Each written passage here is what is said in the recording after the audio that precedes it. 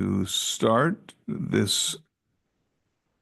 We're going to start the meeting as a subcommittee because we don't have a quorum yet at this point.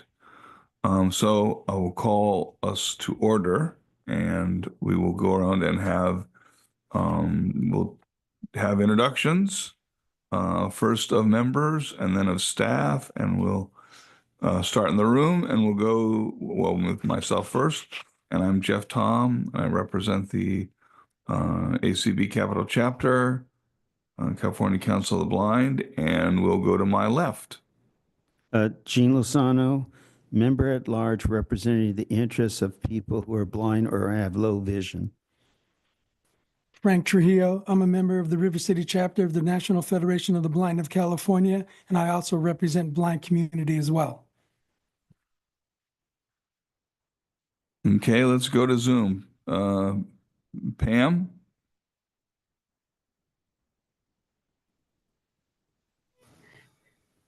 Yeah, she was on the screen a minute ago.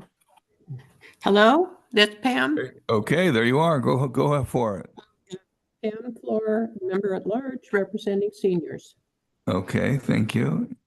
And we have Jacob, I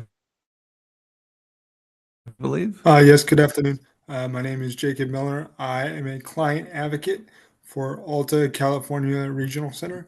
This is also my first meeting as I am a new member. Nice And to welcome. see everyone. Thank you. Welcome to Jacob. Let's hear it for our new member. All right, and we now do have a quorum, 16 quorum, because we have German on. So German, go ahead.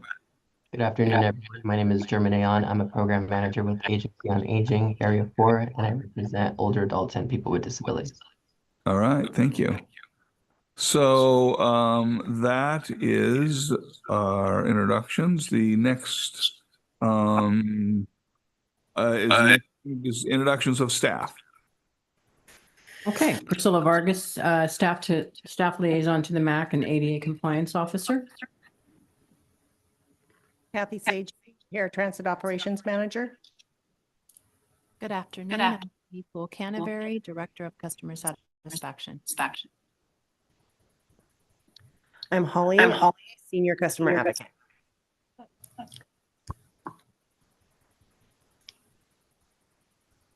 Austin Grider, Accessible Services.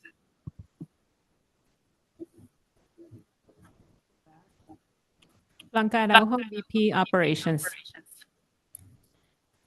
Charity Oakley, Acting Bus Operations Director. Vincent Davis, AVP of Operations.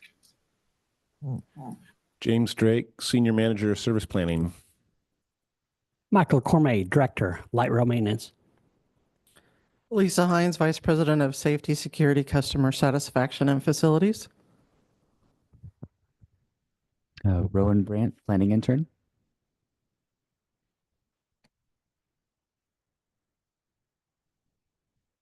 Okay.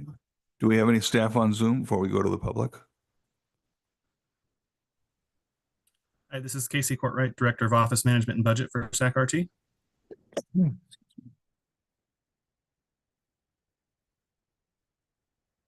Okay, so now members of the public in the room first.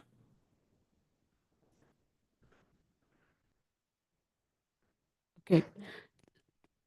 I'm Leslie Tom, ACB Capital Chapter, California Council of the Blind.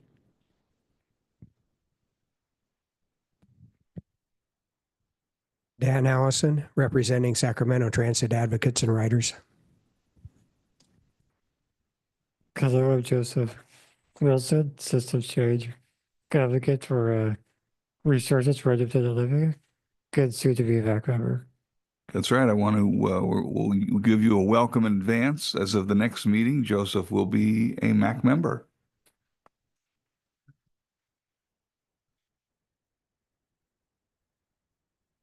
Okay, any public members on Zoom?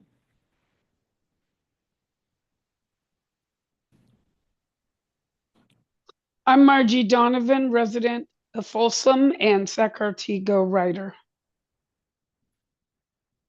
Hey, anyone else? All right, thank you. So let's do our next item is approval of the minutes for November 21st. Do I hear a motion to approve the minutes? I move to approve the minutes as submitted. Is there a second? With Jane's correction. Well, yeah, okay. Is there a second? Yeah, this is Frank Trujillo. I second it. Okay, is there a discussion? Jean, your amendment has been placed into the motion, so I don't know if you need to talk about it or not, but it's part of the motion now because that's what Pam just said. Okay, thank you. Any other discussion? Hearing none. All those in favor of the motion say aye. Aye. All opposed? Okay. I'm going to, I went through some parliamentary procedure training from a trained parliamentarian, and I was given to understand that under formal parliamentary procedure, you do not have to call for abstentions. However, what I'm going to do, unless I get a majority just of disapproving, is I won't call for abstentions, but I will give a second for anyone who may want to go on record as abstaining from any vote, because certainly a person has a right to do that. And that's the way I will do it in the future. Okay. Public, oh, I'm getting an echo. Get back a little bit, see if that helps. Item 4 is public comment on items not on the agenda. So first we'll start in Zoom. Anybody in Zoom have public comment on items not on the agenda? Okay, let's go to the room. Anyone in the room have? Hi, it's Margie. And regarding the credit card reader holders that have been installed on the buses, there's two things about them. It would have been nice if the RTGO drivers were told that that's what they are, because they just pick up their bus and there's this new thing on there. And secondly, I still see challenges, if not problems, with where they are located. And I think we all know where they're located, but I'm going to mention it in case there's anybody new. And they're on if you're facing the front of the bus, they're on no, let me say, as you're coming up the stairs and you make your left, they're on the spansion pole to the left, facing the back of the bus. And I have concerns about when we have passengers in wheelchairs riding and getting in their space to run our credit card. And I will just reiterate that on Dial-A-Ride, we had those, but it was for the Connect card. And ours was on, as you board the bus, the first spansion pole to the right, facing towards the door. And once they come in, we'll see how big of a problem they are. Hope they're movable if they are. Thank you. Okay, thank you, Margie. Now, anybody from the room with public comment on items not on the agenda? Dan, go right ahead.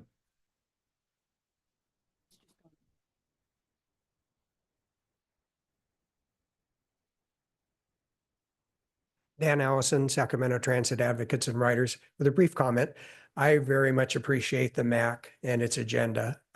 Things come to the MAC that never come to the board of directors of SAC-RT, and the public doesn't have any way of finding out about a lot of these things other than coming to or paying attention to the MAC. So I want to thank you for that. Dan, we definitely appreciate at the beginning of a new year a nice positive comment like that. So we appreciate it. Thank you. Okay. Anyone else? Okay. So we're now on item 5, which would be the chair's report. We have we're going to have item A is going to be delayed for just a minute.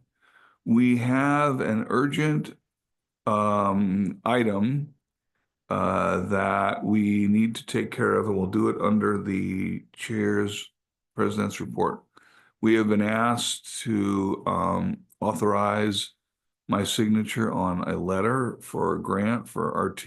I would like to have Austin read the letter. It's not that long, and it's easier for him to read it than it is to explain it. So people get the full idea of what it's going to say.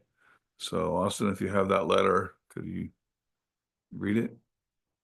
Sure. Thank Share you, it, Jeff. screen share it too, if you can. Yes, I'll screen share it right now. So the letter just says, to the Honorable Pete Buttigieg, Secretary of the United States Department of Transportation. Dear Secretary Buttigieg, the Mobility Advisory Council, MAC, fully supports the application of Sacramento Regional Transit District to the United States Department of Transportation's Rebuilding American Infrastructure with Sustainability and Equity RAISE competitive grant program for the Horn Road Light Rail Station project. SAC-RT is seeking RAISE award to fund the contraction phase of the project planned on the Gold Light Rail line in the city of Rancho Cordova. Construction is proposed to begin in 2027 and be completed in 2029. The new Horn Station, adjacent to middle to low income housing, employment centers, and social services, will close a 2.5-mile gap between stations. The project will enhance community connectivity through a multimodal transportation approach, improving access to critical services, medical care, workplaces, education, and recreation. The project is well aligned with the goals of the RAISE program by addressing transportation equity, minimizing negative environmental impact, improving bike and pedestrian safety, integrating affordable housing, stimulating economic development, and elevating lives across the community. The goals and values of this project closely mirror those of the MAC.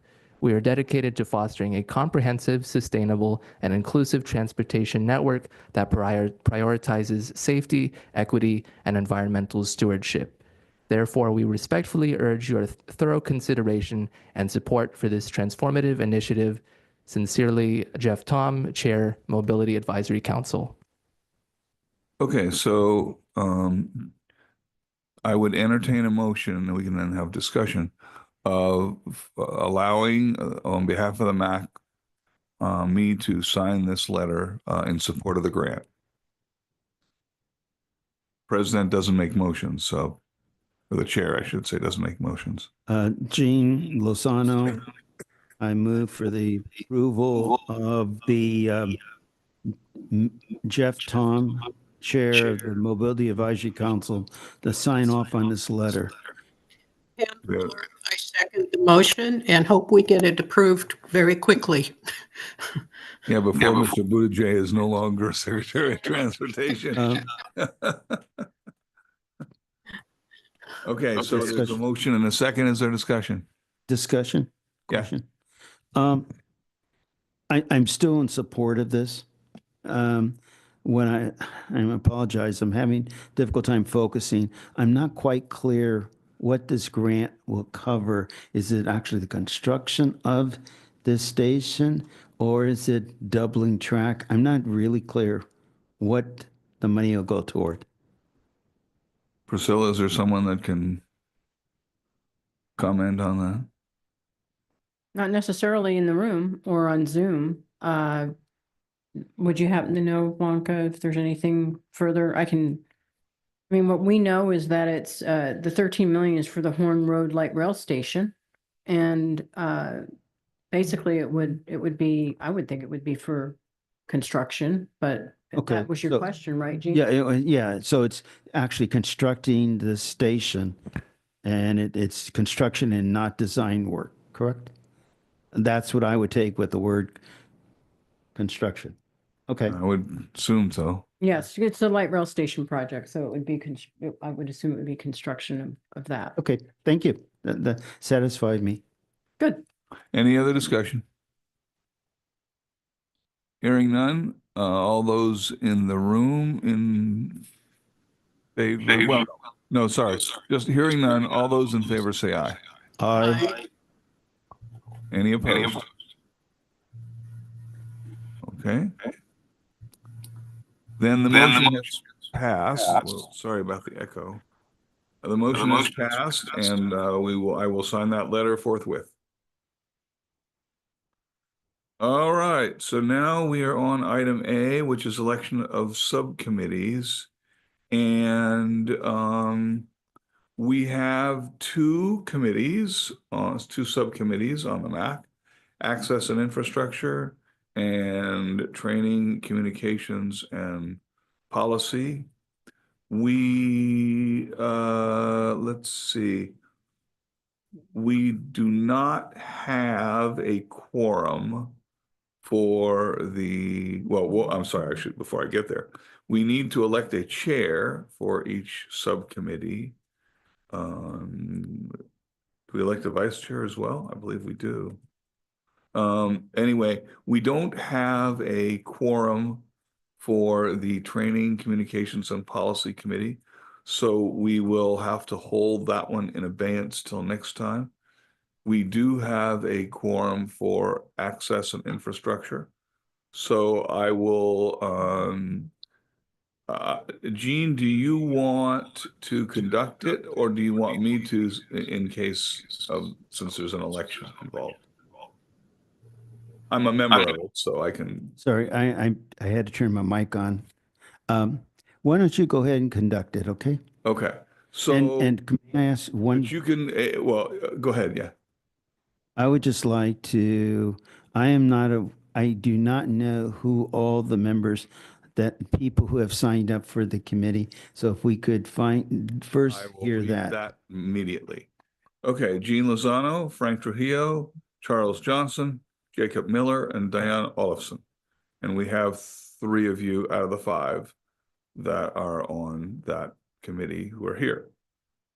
So, okay, we now need to elect a chair first, and anyone can self-nominate or be nominated. So I will open nominations for the office of Chair of Access and Infrastructure.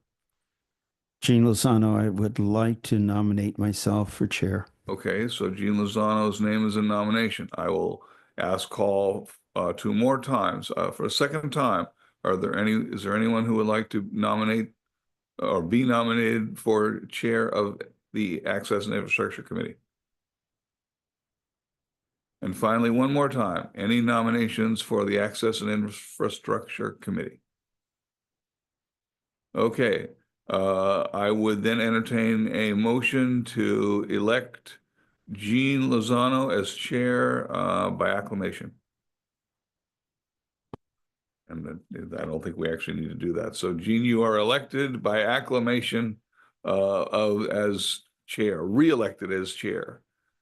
So now I can actually turn it over to you to do the remainder, which is to elect a vice chair. Okay. Currently, Charles Johnson is the vice chair of the Access and Infrastructure Subcommittee. And do we know first if Mr. Johnson is still interested in running? He has not indicated that to me. Okay. Then nominations are open for the position of vice chair. And remember, just so people know, he is vice chair of for a couple of people who might not know, he is vice chair of the Mobility Advisory Council. So Charles is. Okay. Thank you. Yeah. Second time, are there any nominations for vice chair?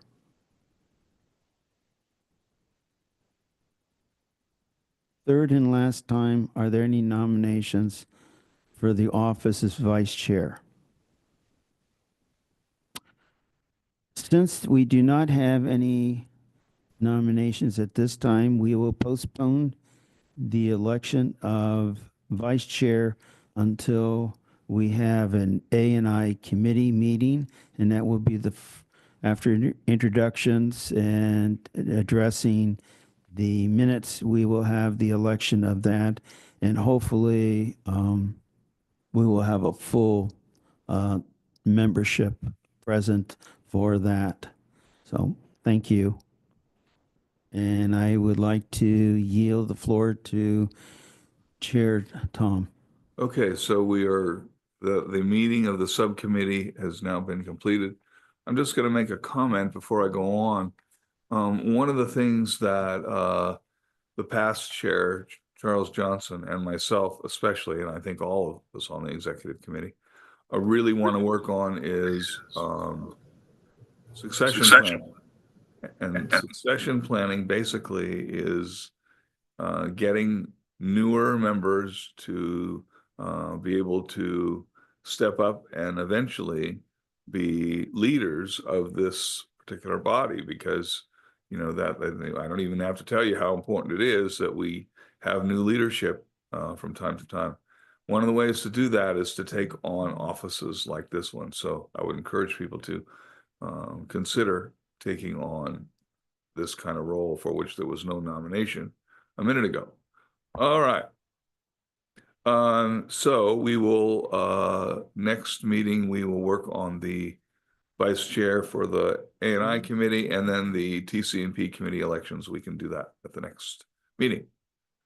All right. Now, under old business, am I correct, Blanca, that the bus cancellation item is tabled until the next meeting? Is that a no? Okay, is it a different item? D. Item D. Okay, so it's okay. So B is still happening, and D, which is the flex update. Nope, it's the emergency preparedness. Oh yeah, that's right. It's Yeah, emergency. that'll go in February. Okay, that's right. I knew that. Why was I? Yeah. Okay. Sorry about that. All right. Okay. So,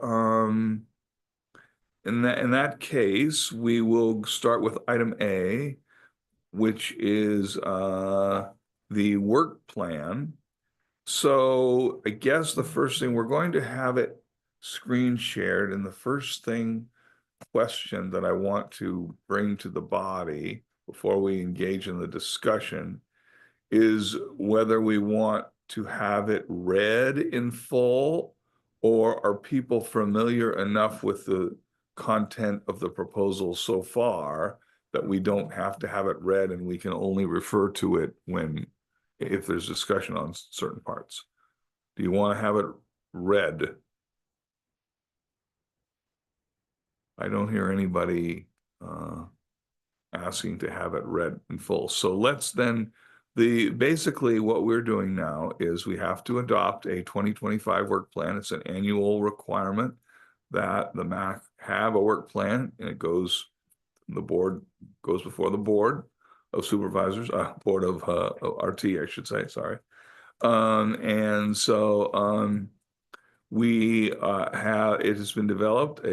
We had a subcommittee that began work on it. The executive committee has had some input, and the final work plan is adopted only by the full MAC, subject to approval by the board.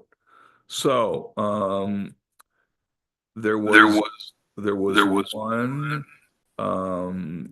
item sent out as an amendment this morning, as a potential amendment, and by Gene, and so I will recognize him first to summarize that, and we'll see if there is consensus to include that as part of the proposal, and then we'll go on for any further discussion. Gene, would you summarize your item? There are two items that are carryovers from our last work plan of 2024. And the first one, paraphrasing, would be continue to recommend, I stress recommend only, recommend that staff investigate the procurement of a 3D printer to produce maps, etc., or look into finding an outside provider of such service for this item. That is the Let's first. go one at a time then. Is there any discussion on this, on the discussion would be only on inclusion of this item in the work plan proposal? And this, just let me add one, but this was for our newer members. This was a recommendation that was incorporated last year and had been by the MAC members in it. So just it. Okay, any discussion? First, first on Zoom, members, MAC members. Okay, hearing none in the room, MAC members. Members of the public, first on Zoom. And now in the room. Okay, so do we have consensus that this will be included in the work plan proposal? Is anybody objecting to that? MAC members, of course. Okay, hearing none, item 2, Gene. Item 2 is, again, it's a carryover. It's just a recommendation, and that is stressed. It's only a recommendation that the RT staff look into the hiring of an outside independent contractor to perform a ADA self-evaluation and transition plan. And again, this is a carryover from last year's work plan. That's it. Okay. Any discussion? We'll start on MAC members in the room. Any discussion on this item? Any discussion in Zoom from MAC members? Any discussion of members of the public in the room? Any discussion from Zoom? I did want to say, if you're screen sharing something, I cannot see it. I don't know if anybody on Zoom is experiencing the same thing. I just see. We didn't large- share Gene's proposal. We did share, I hope though, that we have shared the work plan as a whole. Did we share that larger document? But can they see it on Zoom? It's not showing up on Zoom, I cannot, no. but it does say screen share. But everyone received the work plan. I can see it. This is Pam. I can see it. It's here. I can see it. This is German. You have visual impairment. That's not going to help. Okay, there's just 2 edits that Jean verbally read. Everything else you would have received in advance with respect to the work plan. So he had verbally read what was going to be reincorporated into the work plan. That's basically something that would be new. Otherwise, it's everything that you hopefully have reviewed from the submittal of the agenda packet. Thank you. Okay, so hearing no objection. Well, now, is there any objection to Gene's second item from MAC members? All right, hearing none, we will include those 2 items. And now it's open discussion from MAC members on the work plan as a whole, including anything you think ought to be inserted or taken out or whatever. It's open discussion on final approval of the work plan. This is Pam. I have a question. Yes. First, I would hope that we would have something related to the new bus service to the airport. That's going to be a big issue, especially for seniors needing to get to the airport with the difficulty in parking. And I would think it would go under possibly service operation, accessibility and quality, part 3, or possibly 4. which would be public awareness and outreach. So that's the first, and then I have a quick small one. Oh, okay. So service operations probably. For example, I'm thinking people going to the airport are going to need to have luggage. How is that? You know, I agree with you. Just trying to figure out where to put it. Let's see. And that would. Can I just make a comment? This is Priscilla. I think that's a great idea, Pam. I just want to mention though that it may need to be carried over because I don't know what kind of activity is going to occur this year with that effort,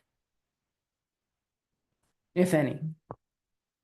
So we could do a number 3 under the end of part 1 that would say advise on future bus service to the airport. Correct? Correct. Sounds good. Pam, does that work for you? Yes. So the wording that I just said, Austin, it would be advise on future bus service to the airport. Any other comments from MAC members on Pam's suggestion?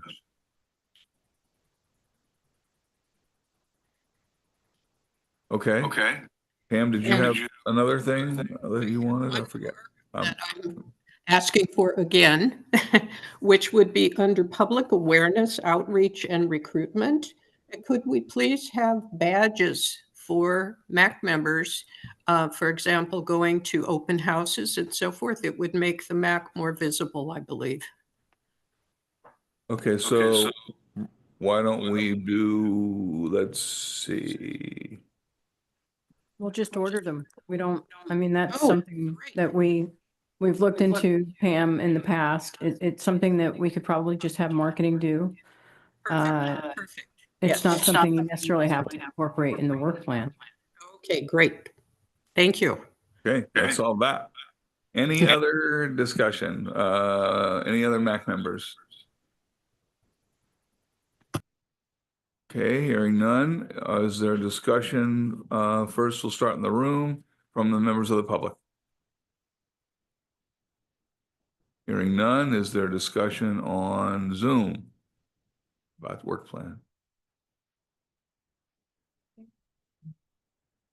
Okay, so are we ready to vote on approval of the 2025 work plan? Yes.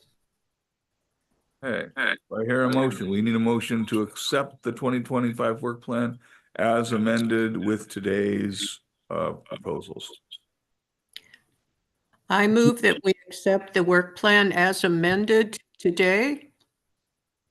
Second. Okay. Jean. Motion by Pam, second by Jean. All those in favor say aye. Aye. All opposed? Okay. Motion is carried.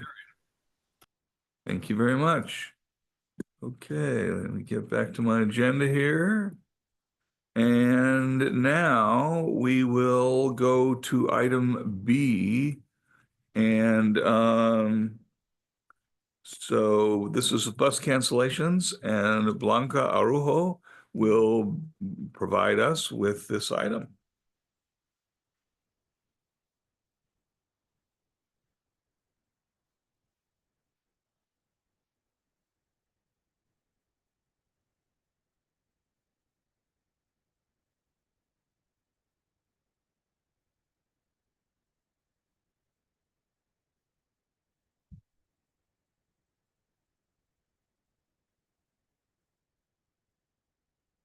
Good afternoon. Good afternoon, members of the MAC, Chair and members of the MAC. I did want to do a quick introduction before I do my update. I wanted to introduce our new AVP Assistant Vice President of Operations, Vince Beatty. Beatty. You guys remember me? All right, welcome.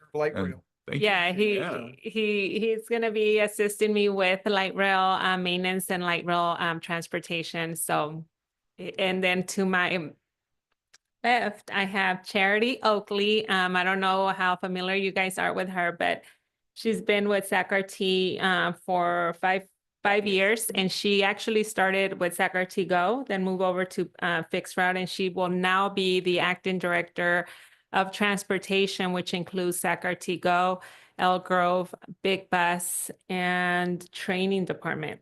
So I will just have them come up and say hello really quick before I start my introduction. My update. Good afternoon, everybody. Just saying hello.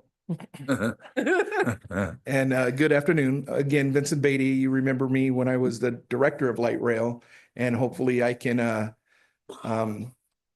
give my experience, assist Blanca as the assistant vice president of operations.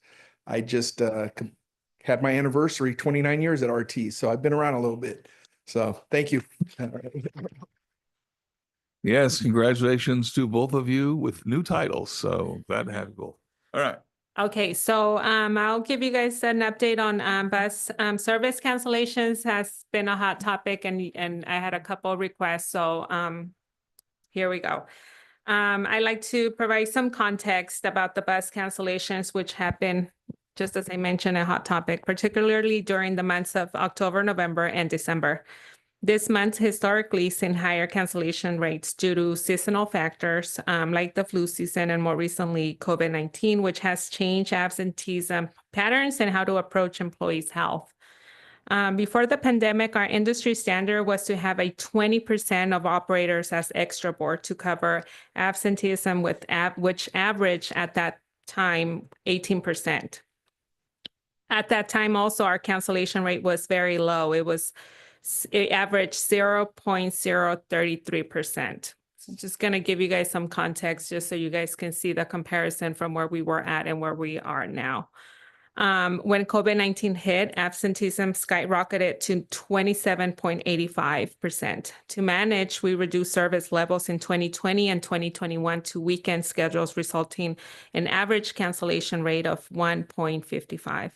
In 2020 and in 2020 was 1.35, percent, and then in 2021 as well. However, we returned to 100% service in 2022, and I'm not sure if you guys all remember making those changes within the service. That's when cancellations surged to 4.24, as we also face significant driver shortage. So as we brought the service back, we really did see the impact that COVID-19 did and the shortage of operators. At that point, we started seeing really high cancellation rates that I had never seen while I worked at SACRT. It was something we've never, ever experienced. Since then, we have made significant efforts to address these challenges. Hiring initiatives, we conducted multiple hiring events, introduced sign-on bonuses, and updated recruitment strategies. Retention efforts, we collaborated closely with our unions to make our jobs competitive and attractive, and we improved staffing. We secure funding for additional positions to ensure more consistent and reliable services. These efforts are paying off. In 2023, our cancellation rate dropped to 1.33. And in 2024, it further improved to 1.24. However, absenteeism remains high, averaging 26.33%. And in 2024, showing that while absenteeism persists, our ability to manage it has significantly improved. So we are not seeing any changes on the absenteeism. However, we have made progress in reducing the cancellations overall. We also adopted, in California, they adopted a legislative change, SB 616, which allows operators to use sick leave without fear of discipline. While this supports employees' well-being, it also impacted our ability to plan for absences. So this made a huge change that also, again, like it does protect the employees to make sure that they use that sick time specifically when they're sick during these flu times. It does have an impact on us as well, though, because we're getting the sick calls. It makes it a little difficult to be able to cover service, and then we have cancellation. So that's something that we're seeing as well. This just took place maybe 6 months ago, and it made some changes within our attendance programs, which in result, we have been seeing an increase in absenteeism due to that as well. So how we handle cancellations. Cancellations usually happen more when we don't get enough notice to plan ahead. Per contract, the operators only need to give 30 minutes notice for us to cover, to be able to call in sick, and then we only have 30 minutes to cover the route, which can leave us scrambling to find coverage when this happens. This is how we prioritize. We prioritize routes with less frequency headways, and that's to minimize the passenger wait times. We also protect the last trips, which is something that we've talked about here in the MAC meetings. And to ensure that no one's left stranded, we will redirect operators to run the last trips, run the last trips and accommodate passengers. Passengers that use any type of mobility device, we will turn to Sacramento as well if we need to have someone be picked up and not left if we cancel the last trip.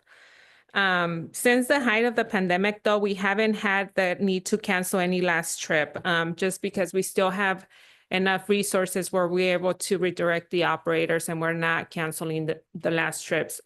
I know that the impact seems like it probably happens because when you're out there, it's a whole different story, right? Right now, I'm just giving you numbers, but when you're out there waiting for the bus and you're trying to get to your location, you feel the impact firsthand, and it might seem bigger than what we're actually experiencing the day of, because I know it personally impacts you and your day-to-day plans and what you're doing for that day.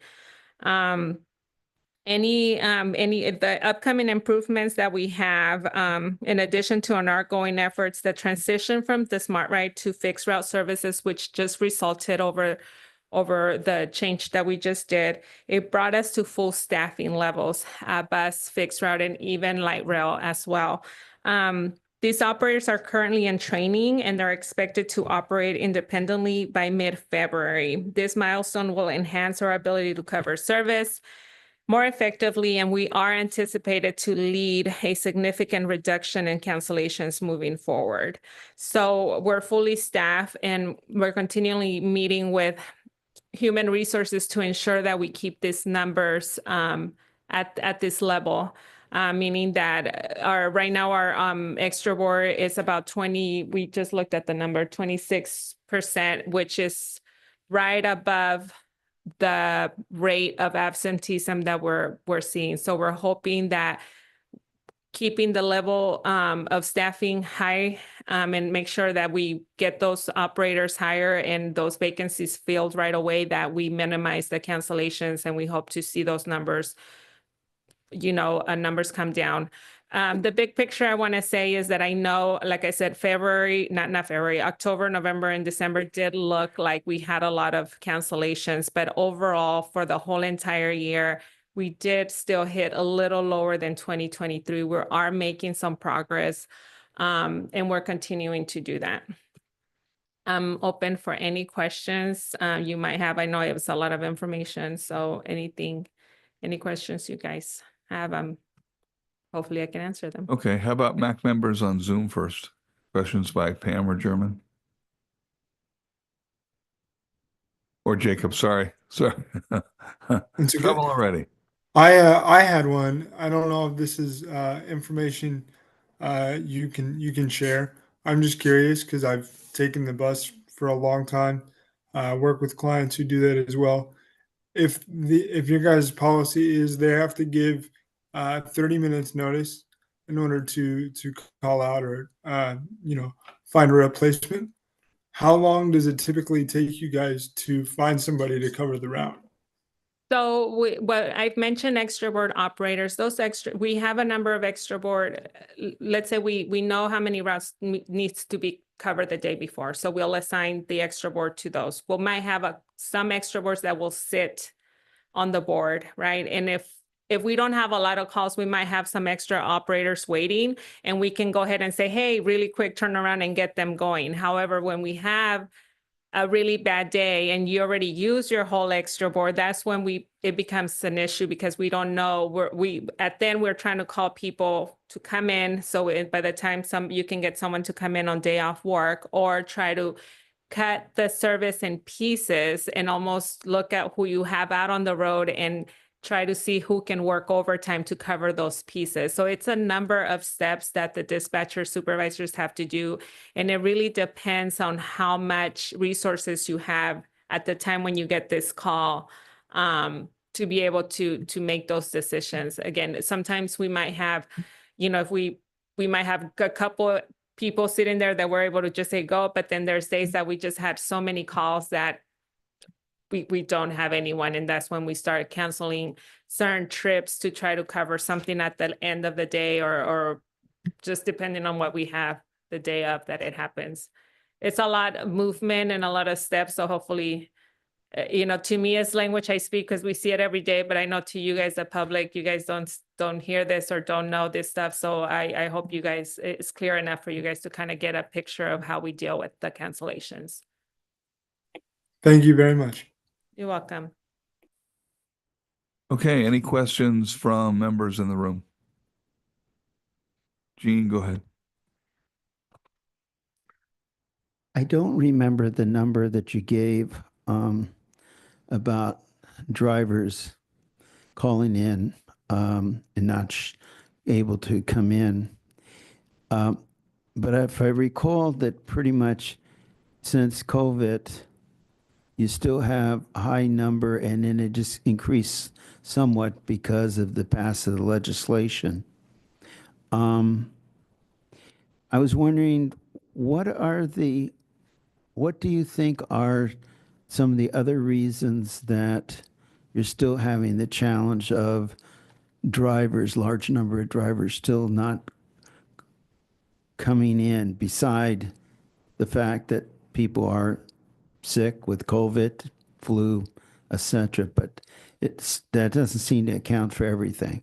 So I do want to clarify that when I say 20, all the percentages, it does count calls, other absences like planned vacation, planned floating holidays, birthday holidays, any operators out on workers' comp or FMLA leave. But it does, what it's throwing up the numbers is really the absenteeism. So those numbers, what I've noticed, Eugene, is that before COVID, if you had a cold and somebody showed up with a runny nose, even with a cough, you will just see that person as, oh, look at them. They're really trying to get to work. They don't want to miss any days. You almost saw them as heroes because they didn't want to call in sick.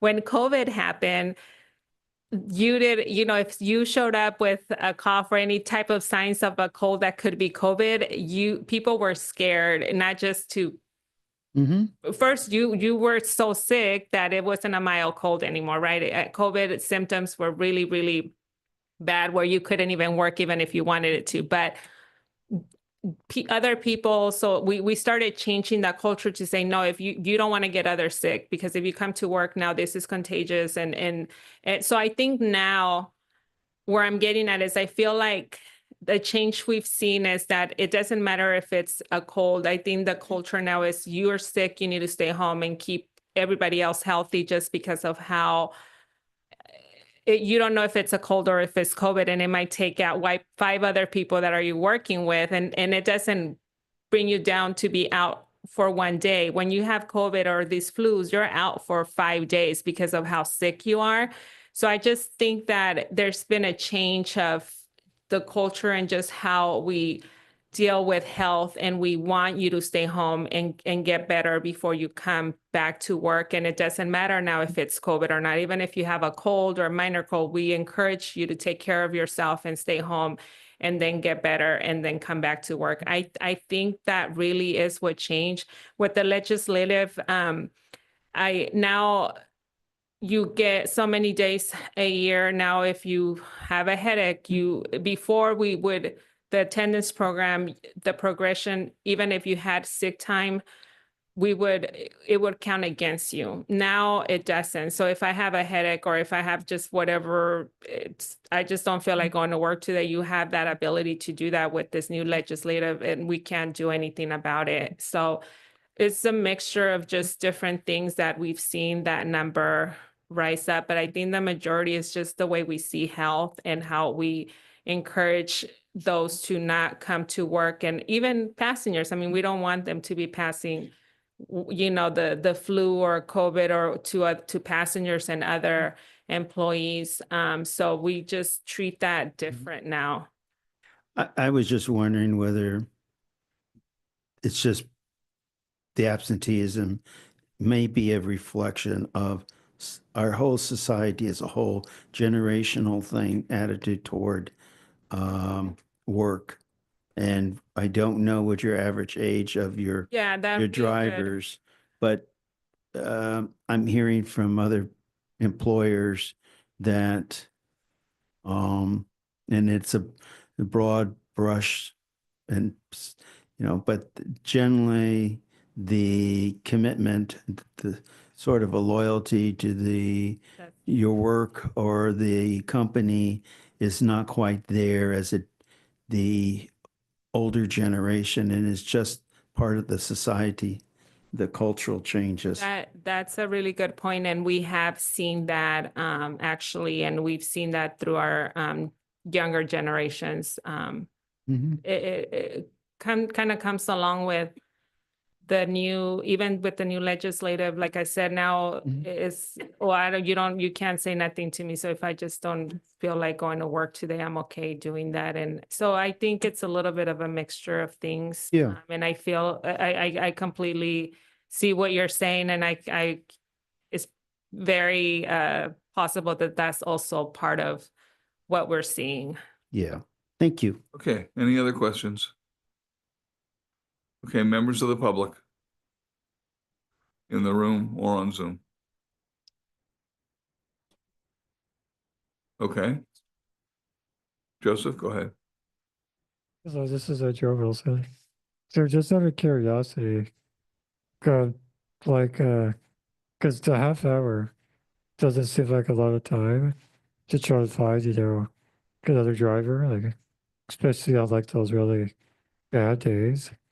It's is it possible to have a requirement that they called it earlier, or is that something that's not possible? Yeah, so we That's could talk to that. That would be a contractual agreement, and we definitely, it's something on our list to talk to the union when the contract is open, and we can attempt to make those negotiations for them to agree to give us enough time. But that's definitely something that will assist us to be more prepared to cover service, and we can definitely, we actually have that on our list, like I said, to touch on when we have that opening with the contract for our bus service. Okay, thank you very much, Blanca, for that report. Thank you. We'll go on to item C, Mystery Rider Program. Someone we haven't seen in a little while, but we've seen many times, Lisa Heinz. And Jamie. it's no Lisa today? I think Lisa's on, but she's on Zoom and. Okay, okay. And no, I was gonna get to Jamie. I hadn't forgotten her. And Jamie Poole Cannavare. So I don't know who's going first or whatever, but. Thank you so much. Jamie Poole Cannavary here. Lisa is here inside the building here. She's off to the side. So if she has anything to add, I'll make sure she does that. I'm giving her the eye over there. But anyway, thank you so much for having me. As introduced, I'm Jamie Poole Cannavary. I'm the Director of Customer Satisfaction. Good afternoon to MAC Chair, members of the MAC, and all those in attendance today. Thank you for having me back to present on the Mystery Rider Program. Can we queue up? Oh, there we go. It's coming up. So I do have just one slide today. It's titled SAC-RT Mystery Rider Update. And as most of you know, the SAC-RT Mystery Rider Program is designed to evaluate the performance of fixed route. This includes bus, SAC-RT Go, our user program, and light rail operations. Evaluators capture riders' experience when making reservation, as well as waiting at a bus stop or a light rail station, as well as their ride. This program ensures compliance with SAC-RT's operating procedures, safety protocols, and the customer service standards, along with a key focus on ADA accessibility. The program was launched in 2024, with the first round of evaluations taking place in April 2024. As you note, April 24 was the first month that we started. We had a total of 268 evaluations. So the numbers that I share with you today and our score, which you'll see on the left-hand side of the screen, 94%, is not a full year. So we're really looking forward to 2025, where we plan to increase the numbers of evaluations total, as well as increase the number of evaluations for SAC-RT Go and UServe. But before I get into what our goals are, I wanted to point out that out of the 268 evaluations, 15% of those were focused on the SAC-RT Go UServe experience. And again, noting we do expect to see higher numbers next year, or actually this year, 2025. So again, our score is 94%. I'm really excited about this score at 94%. We're doing better than our peers. We have looked at what our peers are doing when it comes to mystery writers, and we have a really good program, and I'm excited for 2025. This score gives us an idea how well we are meeting our operational and customer service standards. And like I mentioned before, I'm really, really excited for this score. When it came to you in May, again, we only had about a month and a half, and we were also in that 90% percentile. So we haven't dipped below 90, and I don't want us to. So let me review the categories in the scorecard. On the left-hand side of my PowerPoint, I went over the evaluations with the team. We received high marks in the following areas: ADA compliance and professionalism. And again, these are the high marks I'm really, really proud of. I'm proud of all the teams, operations, our facilities teams, just everybody that puts in the work every single day. 94% again, it's incredible. On the right-hand side of the PowerPoint is the scorecard, the sections of the scorecard. And this is going to include just general ride information. So when an evaluator takes a trip on our system, they're going to note on the actual scorecard the date, time, just some elements of the trip. They'll also include a picture of that trip.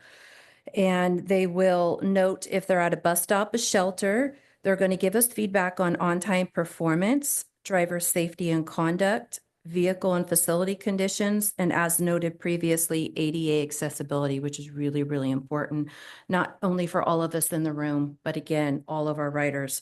We carefully monitor these categories to ensure that any deficiencies are quickly identified and addressed. And again, continuous improvement across all areas is a top goal for us. When talking about goals, I'd like to share with you our key goals for 2025. For 2025, our goals are simple but impactful. We want to increase the total number of evaluations district-wide. We want to maintain a score in the 90th percentile, which is higher than most of our peers. You hear me say that a lot because I'm very, very passionate about it. I'm passionate about customer satisfaction, and I'm very proud of that score. Again, we want to achieve high marks across all of the categories. So the scorecard by section, we really, really want to have high marks in all of those, not just ADA accessibility and professionalism. And we want to ensure that any areas of deficiency are quickly addressed to continue improving our service. Our ultimate goal is to enhance rider experience, exceed operational standards, and provide clean, safe, and convenient service to everyone in the Sacramento region. As I close today, I appreciate your attention and your continued support of the Mystery Rider program. We're excited to continue improving our services and meeting the expectations of our riders. And I look forward to feedback and questions as we work towards an even better 2025. I'm open for questions. Okay, thank you. This time we'll start in the room, and I will ask the first question this time. What kind of training do the mystery riders get before they're sent out to do their evaluations? Good question. So the company that we use, it's a nationally recognized program. They do focus on a number of disciplines, but one of their biggest, I guess, customers would be transit. So the company itself, they provide the training, but there are some standards when it comes to ADA as well as riding. So typically they will have training, not only computer-based training, but they may also meet that person in town to show them around the system. I know during the application process, they will ask their experience with public transportation. And again, it is computer-based learning as well as an interview process. And it is my understanding that they also do meet the person here in town to provide them some hands-on training. So I guess my only concern is that how do we know the level, aside from the computer end of it, that they can fill it all out using the technology and all that? How do you know that a mystery rider is experienced enough in the system to make those kinds of valid judgments? I guess that's my follow-up to that. Okay, good question. Well, I have, well, let's see. I might have to get back to you on that one. I know that Because I just like want to said, make sure, I'm not saying there is a problem, but I just want to make sure that the riders were right. using. Well, what I can tell you, when we receive the scorecard, so we receive the evaluation. And so the evaluation is set up by section, and there are questions that the evaluator, if you will, they are to look for certain things. So when we talk about bus shelter, right, we're guiding them what to look for. There's also some responsibilities of the evaluator. As I noted on the scorecard, they are to indicate the date and the time. They're also there to include pictures. And so, again, part of their interview process with this vendor, there is an interview process. And so they're going to be asking those questions to really gauge, have you used public transit, and really identify before they just, put the person on the street, before they get their boots on the ground type thing. If you have a specific question, I can certainly get more information if that doesn't answer. Okay, all right, I'll consider that. Thank you very much. Thank you. Any other questions in the room first? Gene, go ahead. Maybe to be more specific, and I'll preface, I know these mystery rider evaluators are not your employees. I understand that clearly. But is it possible to get from your contractor the job description and that would include the minimum qualifications that they must have? And I think that might answer some of Jeff's inquiry as to basically, and it's not his word, but basically not only familiarity, but sophistication in understanding how transit works, and you can make a judgment call whether a driver is actually doing what they're doing correctly or not. Because sometimes it can be totally in a gray area, and how can they make that judgment call? Do they have enough experience? And maybe that general information might help answer some of the questions without disclosing who the people are or anything like that. Just generic, the MQs and a job description that they, by which when they're advertising, that somebody responds to. And I guess curiosity too is, how do they just the curiosity purely, how did they recruit people? Is it ads in the old-fashioned newspaper or social media? How does the average citizen that's interested in doing this kind of work, how do they learn about it? I'm just gonna add to the questions that are coming up. and certainly there's, I'm sure, information we can share. They definitely are not our employees, and the vendor is called A Customer's Point of View. And as Jamie had mentioned earlier, they are throughout the country doing this type of work.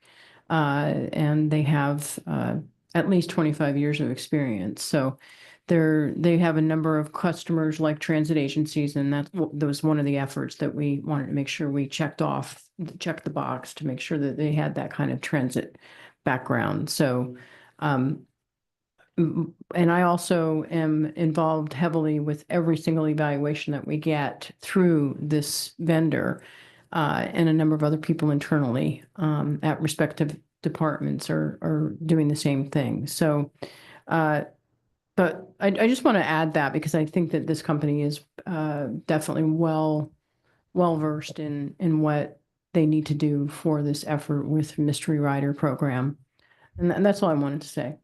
Okay, and I appreciate that. And I wasn't questioning at all the credentials of the contractor either. And I know you can only talk in real general terms because they're not your employees. And two is you don't want to do anything that could identify somebody accidentally. So, but I think that just that information help. And again, let me ask you this. This evaluation is covering all the divisions, fixed route, light rail, Sac RT Go, and your other commuter buses, and et cetera. That's correct. That's Yep, and health 90 services. and the average is 94%. That is incredible. I mean that's just I think it's just absolute wonderful thing. Great. Yeah, very good questions. Thank you so much. What else? Any other questions in the room on Zoom? Okay, no. My hand is up. Hang on, Margie. Hang on. Mhm. Any MAC members in Zoom first? Thank you. Okay, Margie, you're up. Am I unmuted? Yes. Oh, it keeps going back Go and ahead. forth.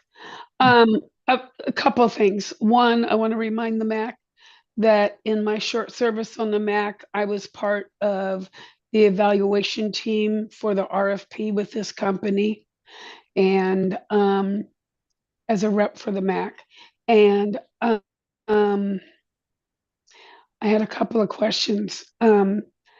Will the mystery riders also ride unuser? Yes. Great.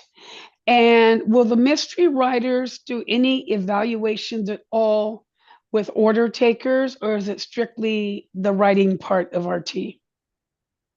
I should Yes, say SAC RT Go order takers. Yes, through the reservation process. Thank you. Well. Yep. Thank you, Margie. Oh, good. Thank you. All right. Thank you, Margie. Let's see, I think that should do it for this particular item. We've had call from, oh no, we didn't have anybody in the room from the public. Didn't ask for that. All right. Thank you very much, Jamie. We'll now go on to item D, which is SAC RT Flex, and James Drake is back for the 133rd time for the MAC. And he's welcomed. Absolutely. Good afternoon, members of the MAC. James Drake, Senior Manager of Service Planning. Just for a quick update on SAC RT Flex. I'm proud to report that on Thursday, January 2nd, we had our official launch of service. December 31st, as I think you all know, was the last day of service for Smart Ride. Austin, you can go ahead and skip ahead to slide number 3, I guess. Yeah, this one. So I'll just give a quick update on performance thus far, and then we'll take questions. For the sake of perspective, we had about 3,000 active Smart Ride users. We have had almost 1,600 customer applications to use SAC-RT Flex at this point, 1,300 of which have been approved. A little breakdown of those applicants and approved users. Almost 40% of those users are also SAC-RT Go users. 11% of them are wheelchair users. 45% are seniors. 45% are disabled. Almost 60% are minority, and almost 70% are low income, which tracks really similar with fixed route for us. So it was a goal for this program to kind of prioritize service for disadvantaged and vulnerable populations.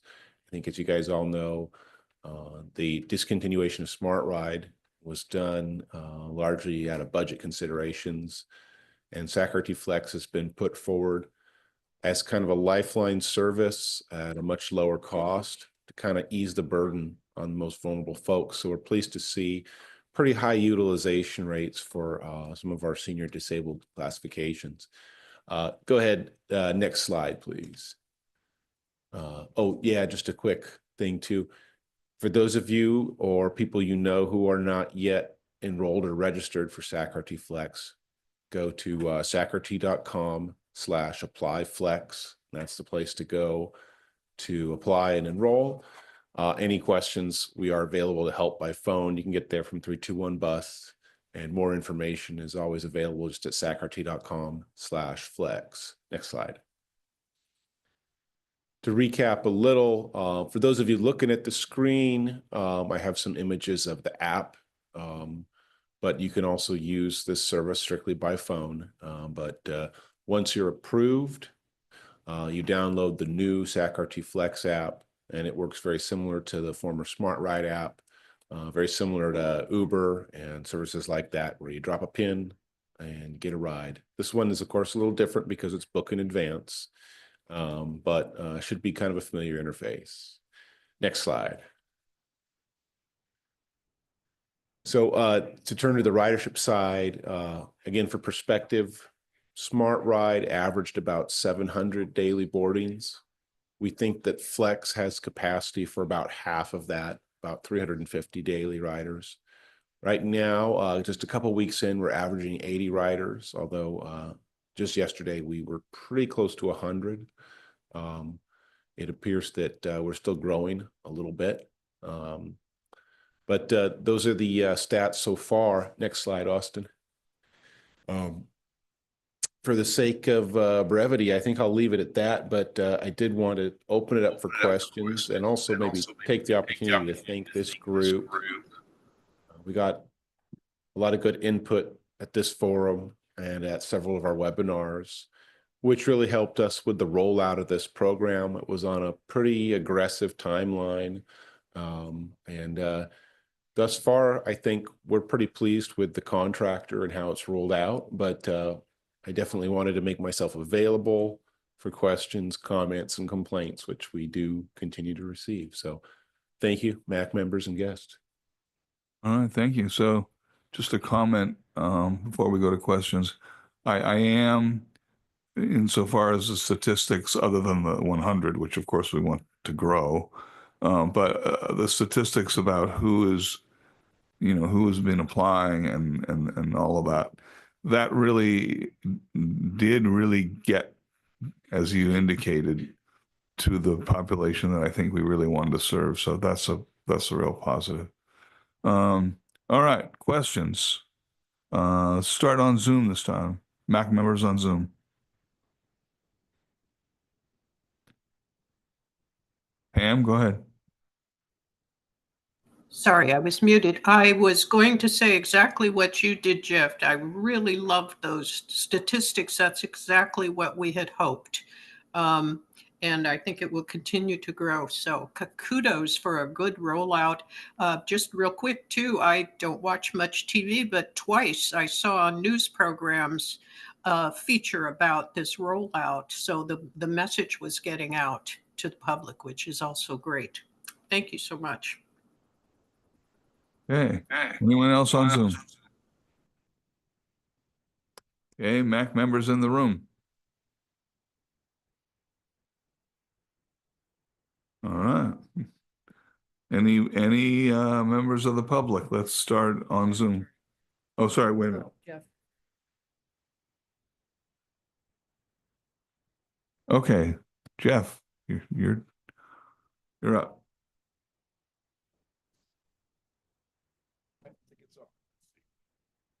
No. Yes, this is There Jeff you are. Gardagia. And the question I have is how many individuals were blind using this program? Because one of the emphasis and one of the critical individuals that were concerned were blind individuals. I didn't see that statistic up there as far as who was riding that was blind. I don't have it with me, but we do track that, and I can get that. I know we've approved a number of blind and visually impaired individuals, and without having a number, I can't say too much more, but I was pleased to see a fair amount coming in and getting approved.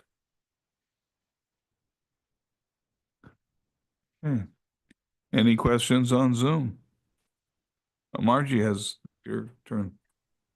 I just want to acknowledge James. As I was going through the application process, there were some challenges with how things were reading and accessibility. And he called me and we worked through the application together. And I don't know if he made changes because I only did the app once, but he saw some changes he needed to make and he took that time. And I really want to acknowledge you. Thank you. Yeah, I'm going to second that comment. He really recognized some of the issues that we had when they were raised at the beginning as well. So, thank you, James, for being on top of all that. I'd like to thank you both for reaching out. I think you guys' contributions of time really helped make it easier for other people who are applying. Okay. I think that is it. Hopefully I got to everybody. And so now we will go. Thank you very much. Did we miss somebody? Ah, Regina. Okay.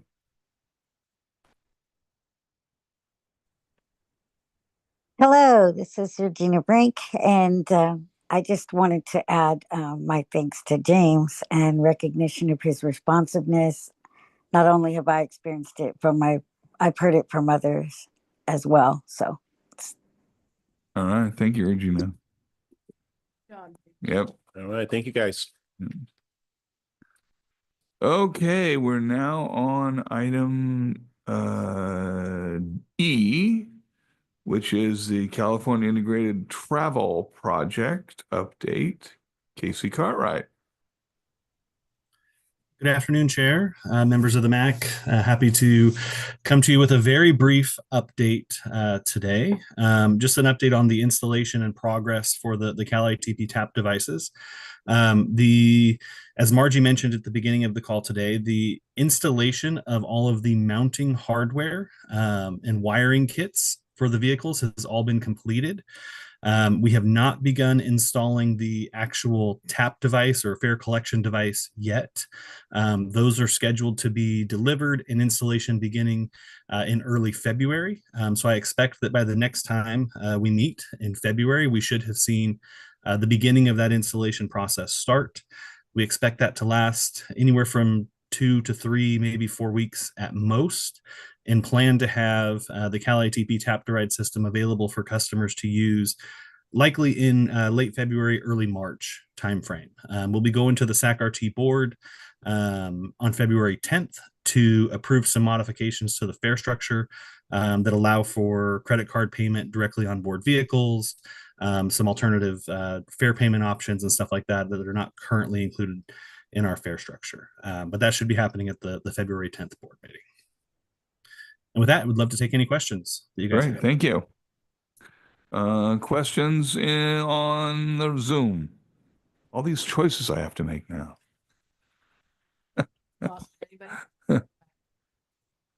Okay, and in the room. Any members of the public with questions? In the room first. Let's go in the room. All right, Dan. Dan, Dan Allison, Sacramento Transit Advocates and Riders. I'm glad to see this system moving forward. SAC-RT has advertised the veterans qualification as a benefit, but the benefits page for SAC-RT also has seniors on it, but SAC-RT has not advertised that. I'm not sure why. And there are additional benefits categories that ought to be considered by SAC-RT, including low income and Medicare, which overlaps with some of the other categories, including disabilities, but is not the same as. But those are the categories that are made available through the program to agencies. I realize that every discount offered reduces fair income, and I'm not saying that they should all be implemented, but I would like to see SAC-RT investigating each of them and reporting back to the MAC about whether or not they'll be implemented or when. Thank you. All right. Thank you, Dan.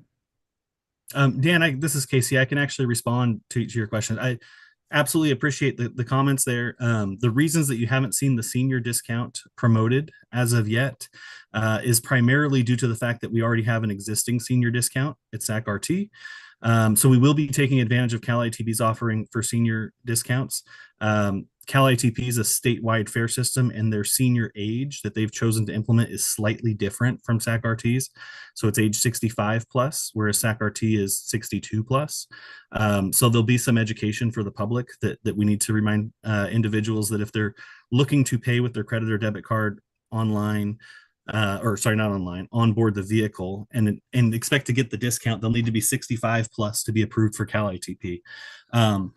I will go ahead and give you a preview. We haven't taken this to the board yet either, but it will be going to the board in February, that we will also be taking advantage of the Medicare discount program that Cal-ITP is offering, Dan. So we're working on configuring that as well right now in the back office system. And so the expectation is that that should be available on day one for Medicare card holders, for seniors age 65 and older, and the military veterans discount program.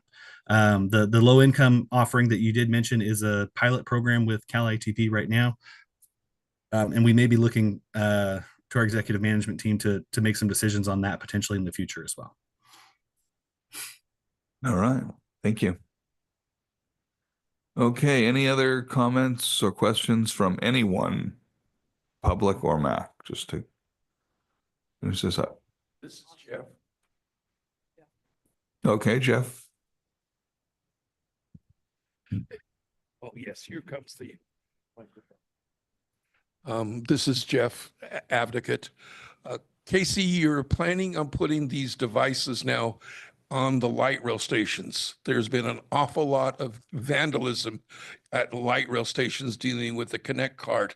Is there a reason why you're not going to put these new devices aboard the low floor trains?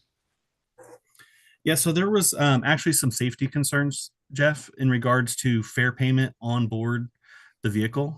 For instance, the passengers, after they've boarded the train, the operator's expectation is that they're likely, free to go ahead and take off. But if we have a queue of people waiting to board and then pay, that presented some safety concerns for passengers. So the onboard card readers that we did have for a period of time, that was part of the pilot in terms of what we were evaluating. And the ease of paying on board the vehicle in our mind did not outweigh some of the primarily safety concerns that we had for our passengers and riding public. Okay, thank you.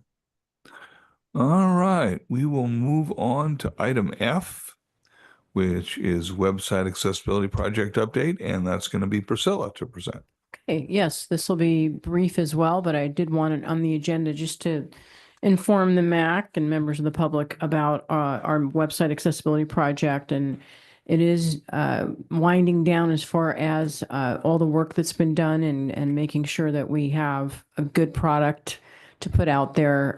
We're still reviewing internally a lot of information by each department. I've been involved with that along with many other folks. And of course, the vendor. And then what we're going to do, hopefully within the next couple of weeks, is to launch it for a test in a test environment, which we did talk with the MAC about this discussion, I don't know, maybe like 3 months ago when we presented, when the vendor actually presented. So it'll be close, not yet. I don't have a specific date, but we'll have the website in a testing environment for folks to test from the MAC. I'm not sure how broad that distribution is going to be for testing purposes, but certainly we'll have that effort underway before it's finalized and available for everyone for public consumption.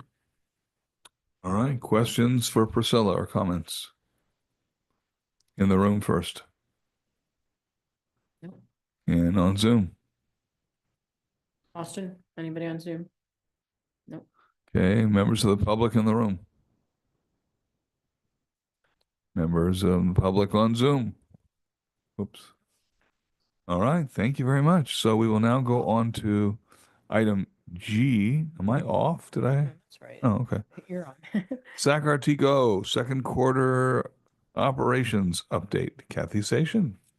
Good afternoon, Chair and members of the MAC. So I'm here to present today, or I should say we are, Charity's with me today, the last quarter that we just finished.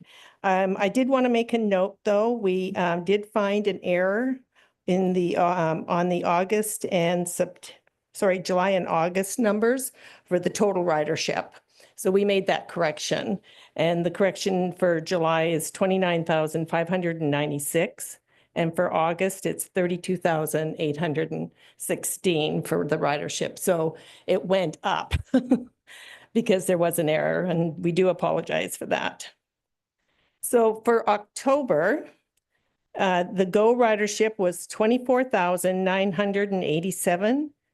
U-Serve did 9,154.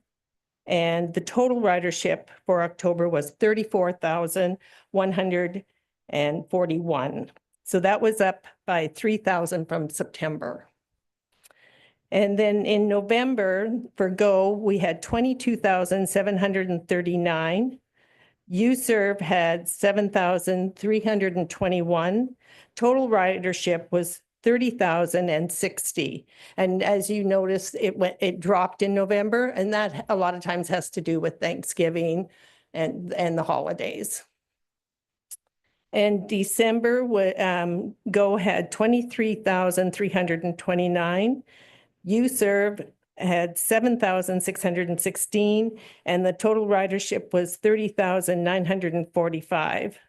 And all the time that I've been doing this was the busiest December that I've ever seen. I couldn't believe how many people were riding, because normally December drops quite a bit, but it actually increased from November. And so to date, our total ridership on Go is 140,697. And for U-Serve, it's 48,791. And total ridership for the since July is 189,488. So we're busy, to say the least. So continuing, our on-time performance for October, it was for Go was 73%. For U-Serve, it was 98%. And overall, and that's what the FTA looks at, was 80%. November, Go was 78%, and U-Serve was 99%. And overall, it was 83%. Then December, we dipped. Go was 74%, and U-Serve was 98%. And our combined was 80%. But like I said, I had mentioned earlier that this is the most ridership I had seen in December in all the years that I've been doing the paratransit service here in Sacramento. So does anyone have any questions for us? Okay, questions in the room from MAC members? Questions on Zoom from MAC members? Questions on Zoom from members of the public? And questions in the room from members of the public? All right. Looks like you answered everybody's questions this time. I've thought of one. If it's Go right okay. ahead. Just curious, you said it was the busiest December that you've seen in quite a while. Yes. Was the way that things were set up? Was the system able to effectively accommodate for that? And if not, are there plans to factor that in the future? Well, we did, I mean, we did the best we could and everybody got to where they needed to go during the holidays. But I can say is that we have one dispatcher in training and we just hired one today. So that will make dispatch fully staffed for the first time in a little bit. And then for operators, we actually have 3 in training and 2 new hires as of today. So the total of 5. And our inline training where they're actually out working with one of the trainers and working with the passengers. There's 4 inline and 2 of them actually will be released to go out on their own on Sunday. And then we actually had another operator with experience that returned to work today. So we're our numbers for the operators is definitely increasing. So we're very happy to see that. And that'll definitely reflect on the on-time performance. Thank you very much. No problem. Okay, any other questions from anyone? All right. Thank you very much, Kathy. Thank you. Okay, so new business, we actually have no items.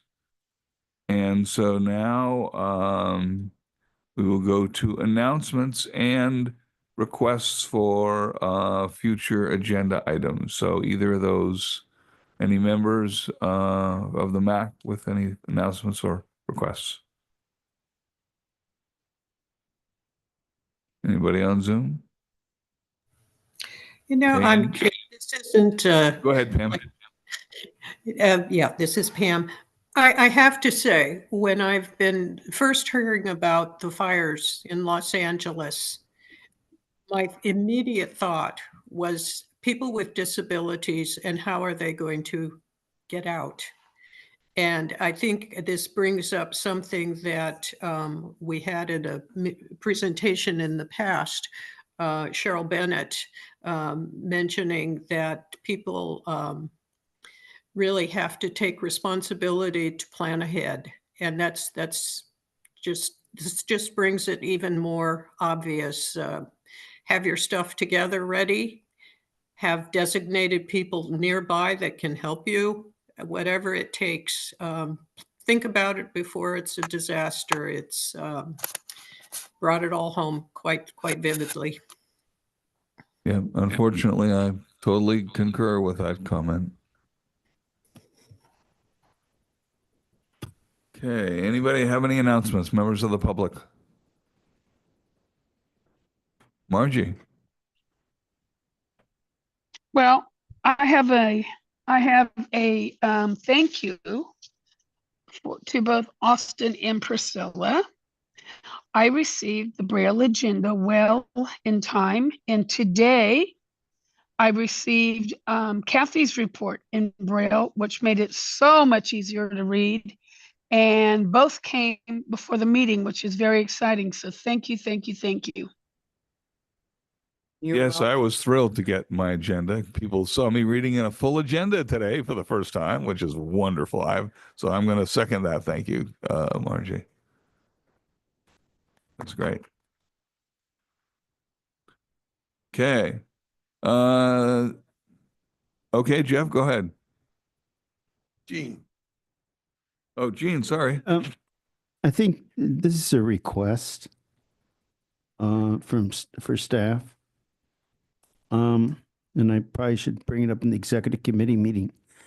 I'm curious about the the news story about the old RT auditorium building that is going to be sold, and it will become public housing because of state law. I was curious if that is transpiring, what impact they'll have on staff, where will staff go, and the other adjacent buildings, are they part of this deal? Because one of them is a historical building where the original, I don't know whether it was PG&E or what it was, but the red cars, the street cars, operated from. And that is supposed to be in a historical registry. And what's going to happen to that building? Is that building going to be torn down? And how you're going to do that with the fact that it's a historical building? So I'm just wondering if we could get just give if we can get a report on that, and to see, where things are going there. So thank you. Okay, thank you. We'll work on that for maybe February, Gene. Okay. All right. Anyone have any other items to bring before the body before we have a motion to adjourn? Can I, this is Pam, can I tag something onto what Jean has just requested? Would that affect the bus depot there where they do maintenance and the parking area? Is that part of this reconstruction thing? This is Blanca, BP operations. We can have, as she mentioned, we can have someone come and do a full report. What I could tell you right now is that that does not include the maintenance building or parking. So that is not included. It's only the administrative offices and a couple other buildings that we've had around, but we will have a full report February. Thank you, Blanca. Go ahead, Gene. I was going to move to adjourn. I have to leave. Oh, for my work. hand is, All my right. hand is raised. Oh, okay. Wait a minute. Did I hear Regina? Yes, my hand was raised. Okay, go ahead. Just you, Jean. asking how to get Braille materials, and can anyone get those, or is that specific to the MAC members? Go ahead. Hey, Regina, we can get you brailled information if that's what you need. Okay, thank you. Just request it, and if you want to do that now, Yes, or I can send you an email, whichever's more convenient. that'd be great. Just send Priscilla a note. Okay. All right. Do I hear a motion to adjourn? Is there a second? Oh, well, Second. well. All right. We are, all those in favor say aye. Aye. All opposed? We are adjourned. All right. Thank you. All right, Jeff. I apologize.